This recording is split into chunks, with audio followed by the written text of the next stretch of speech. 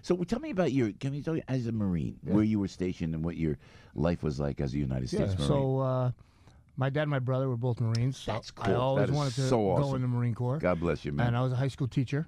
I was 24 years old, and I said, you know what? I'm going to switch careers. I'm going to go to law school. But before I do, I want to join the Marine Corps Reserve, which was my original plan. So I went to boot camp in the year 2000. Paris Island, 3 months, graduated, became a Marine. They pinned the Eagle, Globe, and Anchor on me. I went to learn how to be an infantryman for another couple of months. And then I was a reservist for about 6 months until 9/11 happened.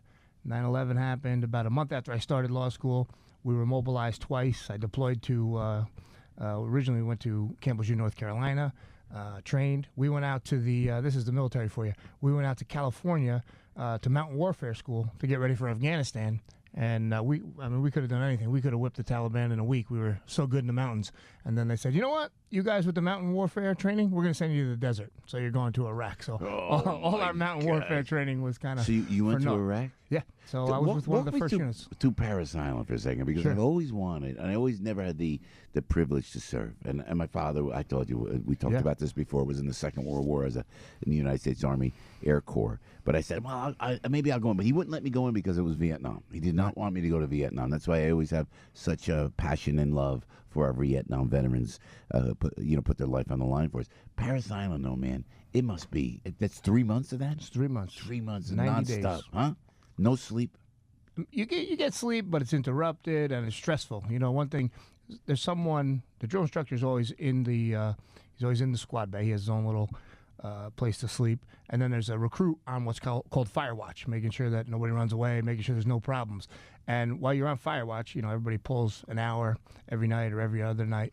Guys are in their sleep, but they can't escape the drill instructor even in their sleep because they're sleeping, they're snoring, and say, yes, sir, no, sir, hi, sir. Yes.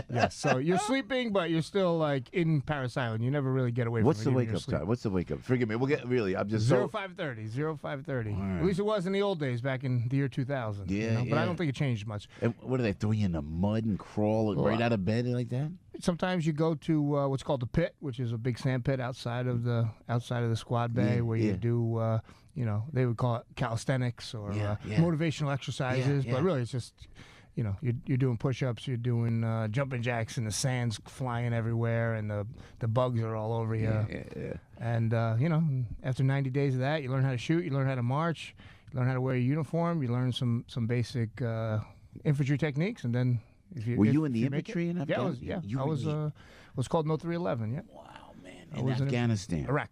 And you went to Iraq, right? So did you see action in Iraq? So I was in Nasiriyah in the early days, and we were what's called a security and stabilization operation. So we were apprehending bad guys. We had a list of guys in town that were bad guys. Wait. Stacey, and we have so much to talk about in New York State. 10 minutes after 7 o'clock, Assemblyman Kieran Lalor is doing a great job as an assemblyman in New York State. But I'm so enamored.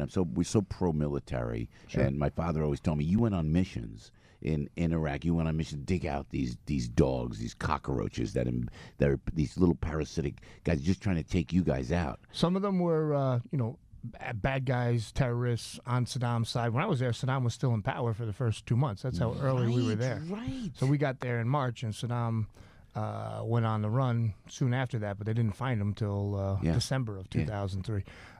And we were in a Shia city. Now, Saddam was a Sunni, so he really oppressed the Shias. So they were pretty happy to see us for the most part, but there were bad guys who kind of blended in with the population. Was it like when you walked in, was it like in a house, in a residential kind of area that you had to take them out, or was it into mountains, into caves, like it would have been in Afghanistan? So we were in the city of Nasiriyah, a pretty big city. So it was in houses, and you really go house to house as a Marine. We went into houses, and sometimes you go in the house and the bad guy's not there, and you say, "Sorry, we were looking for this guy. He's not there." Sometimes he's there, and we get him. Yeah, but no, they got weapons. They're all. They're all. Did you have to get into any firefights? I was never in a firefight. No kidding. No. I feel very lucky. I feel like I was in the right place at the right time. Yeah. Other guys in our company were, but I didn't have. I didn't have the pleasure, I guess. Robert O'Neill, the guy took out Bin Laden, as a buddy. Sure. He's SEAL. Yeah. And I always ask him, what are you thinking? And Colonel Jack Jacobs. From Medal of Honor recipient. Thank you. And a great guy. What are you thinking in the heat of the battle? You got your finger on the trigger. you're going into a house. How do you show that restraint? And then you don't know what's going to come around the corner. Right. And you know what? The police officers listening now go through that every single day, right? You're right. You're right. I always think about that because you can do the wrong thing for your unit and not take a shot. Somebody who maybe, and this happened to us sometimes, somebody who crossed inside our perimeter and they probably should have been taken out, but it was just a mistake. It was a person with a mental problem or somebody who just wandered off, and you could do the wrong thing. So it's a lose-lose situation. So it's very similar to police and military. Listen, thank you for your service, brother. No I'm telling you, You man. want to hear a funny story? You were asking? We're flying over to Iraq, and there was a sergeant, and I think he was nervous, and he kept coming up to the young Marine saying, "Are you nervous, Devil Dog? Are you nervous?" No, I'm not nervous. And he kept coming up every 15 minutes. It's okay. You can tell me if you're nervous. I'm like, I'm not nervous, but you're kind of making me nervous. And we were a helicopter company. We actually inserted into the city of Nazaré in helicopters. So when you're in a helicopter, the crew chief will say, 2 minutes. We're going to land in 2 minutes, 1 minute. So this guy who was obviously nervous on the plane to Kuwait, from America to Kuwait, he's saying 4 hours. We're landing in 4 hours. He's getting everybody all crazy. But those are the kind of characters. And you can't yell back though. Stop. I can yell at Al. When Al yells at me, I can yell at Al. But I said you can't yell if he's like he's a sergeant or something like that. So, Kieran, thank you so much for being with us and coming. Are you going back to Albany today? I'm going straight to Albany. That's why I have my suit on. But actually, you wore the suit for me. I know you did. I was happy to see. I didn't want to be the only guy with a suit. So Assembly becomes all the way. I heard you got yours for $100 though. I want to find out where you got the $100 suit.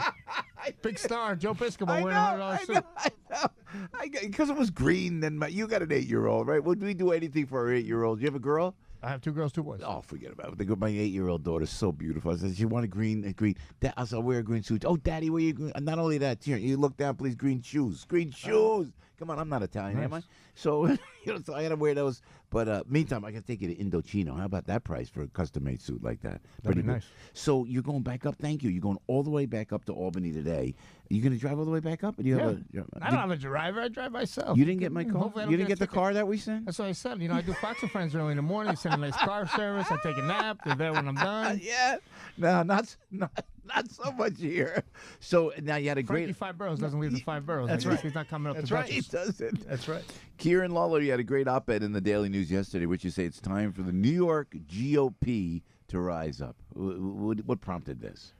Well, we're 1 month into one-party rule in Albany, and already the Democrats are overreaching. Some of the things we talked about when I was on the air last week. Yes, sir. Some of the amnesty and college money for illegal immigrants. Of course, the abortion up until the moment of birth bill. And everybody's unhappy about it, but I wrote that op-ed as a call to action to say, hey, let's go Republicans. We can complain about it to each other and on Facebook, but if we don't turn it into voters and action, there's an election in November for local stuff, and in 2 years we have a chance to take back the state Senate and add those checks and balances back to our system. But every day that goes by is a day wasted. So I want to get the Republican world woken up and say, let's start working on this. Let's do this. Were you in the chambers when they passed that abortion thing? I was, and they applauded, and they kept applauding. They kept applauding, like cheering. They were cheering. It's very sad. One of the things I said in my article, and I've heard other people say this since, is it used to be if you were pro-choice, you wanted safe, legal, and rare abortions. It was somebody's in a bad situation. This could get them out of a bad situation. That's not my position, but I understand that. Now it's something to be celebrated. Some people will say on the left it's a sacrament. Abortion is the highest sacrament of left-wing politics. And that's really sad. And before this controversy with the Virginia governor and the yearbook photo, the big controversy was he said, oh, yeah, the baby can be born. We'll leave him there. And, we'll have a conversation of whether we're going to kill this baby or not kill this baby.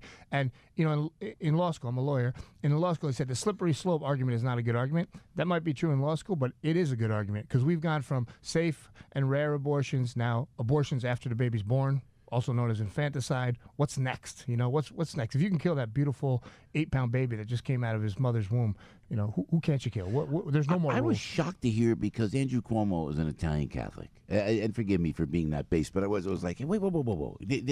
Were you surprised that the governor allowed this to happen? I really wasn't because in the Assembly, they've passed this bill many times because the Assembly is overwhelmingly Democrats.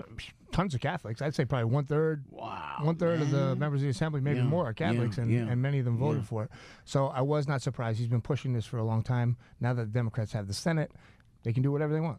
There's no checks. Do you think the Republican Party is becoming obsolete in New York State? It's very close to being obsolete. And after this next election, there's going to be redistricting. And in the past, there's been these checks and balances. There's been a Republican Senate, so the redistricting was kind of balanced. Yeah. They're going to set these districts up. If we don't win in 2020, take back one of the chambers of the legislature, most likely the Senate, they're going to draw those districts in a way that Republicans can never win them for a generation. But Kieran, so when I talk to someone like yourself, that you're a young guy, you're a young father, Marine, making all the sense in the world, you're a Republican. Why does the public, and in Jersey too, they go blindly progressive socialist, and they don't? I don't know that these folks, and I have respect for my fellow citizens. Right. Why are they voting for this progressive socialist agenda that just does nothing but keep? You know, the one thing it does, aside from this abortion horror, is the taxes, the congestion pricing. There's tolls. There's more property tax. There's state income tax. People keep voting for it, man. I cannot in the life of me figure it out. I think two reasons. One, it sounds good on paper. Oh, we'll just tax a few more rich people and we'll solve all our problems. We'll pave our roads. Our schools will be great. Governor Cuomo just announced yesterday $2.3 billion hole in our budget. Yep. Because rich people left. They were sick of being overtaxed. What a surprise. You can go to Florida and not pay 8 or 9% on your income as you do here in state taxes, and it's a huge difference. I mean, Derek Jeter did everything he could when he was a Yankee to maintain his residence in Florida. So for the days he wasn't playing in Yankee Stadium and in New York, he wasn't taxed at 8 or 9% on his income. So that caused a big budget shortfall. So that's a big part of it. The other part of it is not enough Republicans get into the battle of ideas. Republicans should be on the radio. They should be on the op-ed pages. They should be in TV. They should be in town hall meetings making the case. Our ideas are good. Our ideas work. The free market works. It's given us all this prosperity, the most prosperous place in the history of the world. But there's very few people out there making that argument. And the liberals make these simplistic arguments, which are on the surface attractive. And I'd add a third point. Easiest thing in the world is to be a liberal. If you're a liberal, whether you're in a business or in college, people say, oh, yeah, that's Bob. He's a liberal over there. If you're a conservative, there's a target on your back. Whether you're a college student, you're not going to get dates. Maybe if you're in business, they're going to run you out of business. If you're a conservative, they're going to protest your company. What I always say is, if actually a friend of mine, Phil Oliva, told me this, and it's a great point. In 2019, you want to be a rebel? Don't get a tattoo on your face. Become a Republican. That's being a real rebel. That's being a real rebel. Kieran Lalor, Assemblyman Kieran Lalor, representing the Hudson Valley in New York, up in the state assembly. He is so dedicated. He came all the way down from upstate, going right back. Do you do votes today? 10:30. 10:30. I'll be handling my business. Thank you so much, man. Problem. Great stuff about the Marine, and thanks for your family, the service that your family gave to the United States of America. Thanks for coming in. Thanks for wearing a tie and a real jacket. pleasure. Anytime. All right. Tuxedo next time. All right. We'll go. We'll go get the custom made suits. I'm a big guy. It's gonna be a lot of material. All right, Kieran Lalor, right there. Thank you.